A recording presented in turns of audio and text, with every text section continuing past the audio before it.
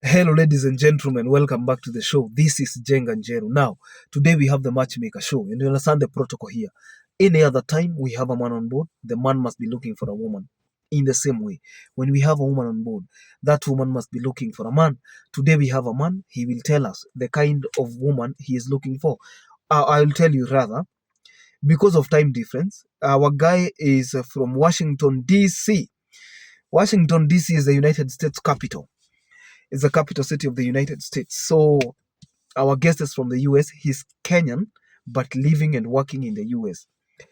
I believe there is power in a name because the name you give yourself, especially with a bit of understanding, is very important. You are who you think you are. I am who I think I am. Janganjeru is who he thinks he is. If he thinks he's a great man, he's a great man. If he thinks otherwise is his portion. The same applies to you, and the converse is always true. So you are who you think you are. Mr. Gilbert Dollar is a Kenyan man who left for the US 40 years ago. And there was a time when green cards were green cards. He's telling me that in the late or in the mid 80s, he believed that he's an elderly man. At the age of 67, you will ask yourself why he's single and what he is looking for. If you do your minus, you realize that they went there when he was still very young. He was brought up by a mulatto kind of home. A mulatto is a person of mixed parentage. For instance, you have been born to a Luya and a Kikuyu. So your parent, watu wengi wanawaitanga half caste for lack of a better word. So there are people who will call them half caste. So Gilbert was born to very ambitious parents. His father was educated, his mother was educated. So the mother and the father met in college. So when they were growing up, one of the dreams of the family was to win a green card. And he was telling us that those days, going to get a green card, and when people were thinking of the American dream, and things like that, he was a kind of inspired, because when you grow up in a certain environment, that environment shapes your existence. That environment limits or give you access to different realms. So when he was growing up, he realized that his parents had a greater calling for the US. And true to that, as they were growing up, hata wakiwa wakubwa, they went. So when they went in the 80s, he found himself in a culture crisis. Because the first thing that happened when they were, you see, those times, parents used to get many children. But when they got there, the parents divorced because they tried to keep up together. 5 years did not end. They divorced. And so he was there trying to find himself, even as a young man, trying to work his way to the top. But he realized that something was not going to add up. He was not going to compromise his past and blend his future and come out as a blend of the same. So what happened? He adopted the lifestyle he found there. And while he was there, something very funny developed, because he was not able to get married on time. He was not able to get children on time. He was also not able to get a common kind of you see how people date here from a point of abundance. If you are in a Kenyan college, for instance, there are so many women if you're a man. If you're a woman, there are so many men. But when you are there, you realize that the demographics were very different. If you get a woman, the women were scarce, maybe because they were busy.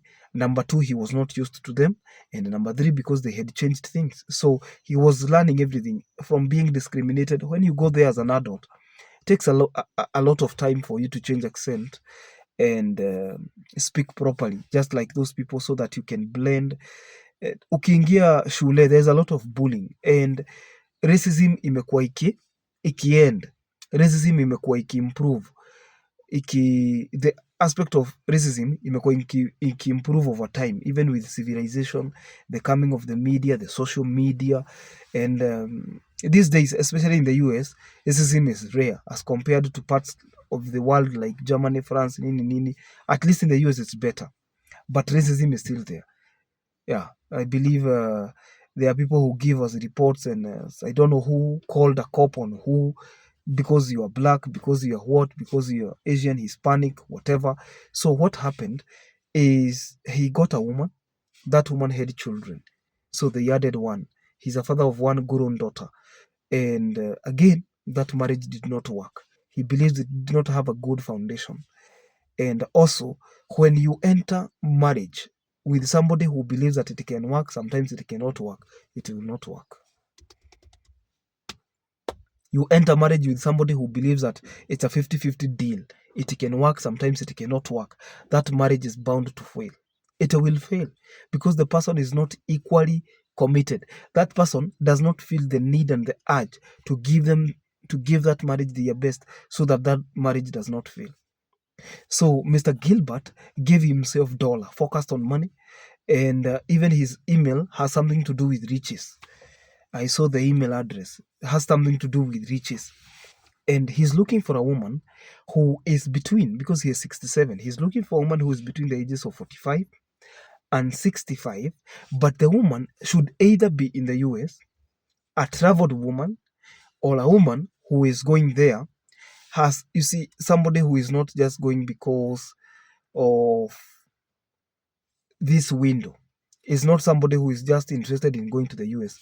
Because if you are just interested in going to the US, when you get there, marriage was just a means to the end. It was a means to an end. So you will not make a good partner. You get it?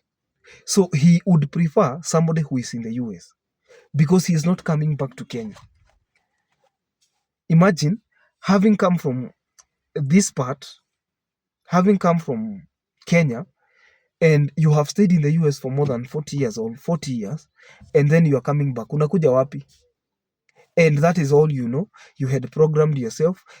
Elementary school, not elementary school, some college, tertiary schools ulimalizia huko, kazi ulipata huko, you're already a permanent resident, you're a citizen. I don't know whether he's a citizen or a permanent resident. Hata Kenya sijui amekuja mara sijui tatu. He does not have the urge. So if you're looking for somebody you can retire together in Africa, this is not a good match. He can only be a good match if you're in the US planning to settle in the US even after retirement. Why? Because he's not coming back to settle in Kenya. So if you're there, it doesn't matter your tribe. It doesn't matter. You have to be a good African woman. After this, I'm sharing his contacts on my Facebook page at Jenga Njel, hoping that as many as of those who will be interested will get in touch with him, and probably he will choose the best from the rest. One thing I have noted is that people who come here, irrespective of their age, get so many proposals. You should never even shy away. Maybe you are looking at yourself. I'll do that in the next video. I'll see you there.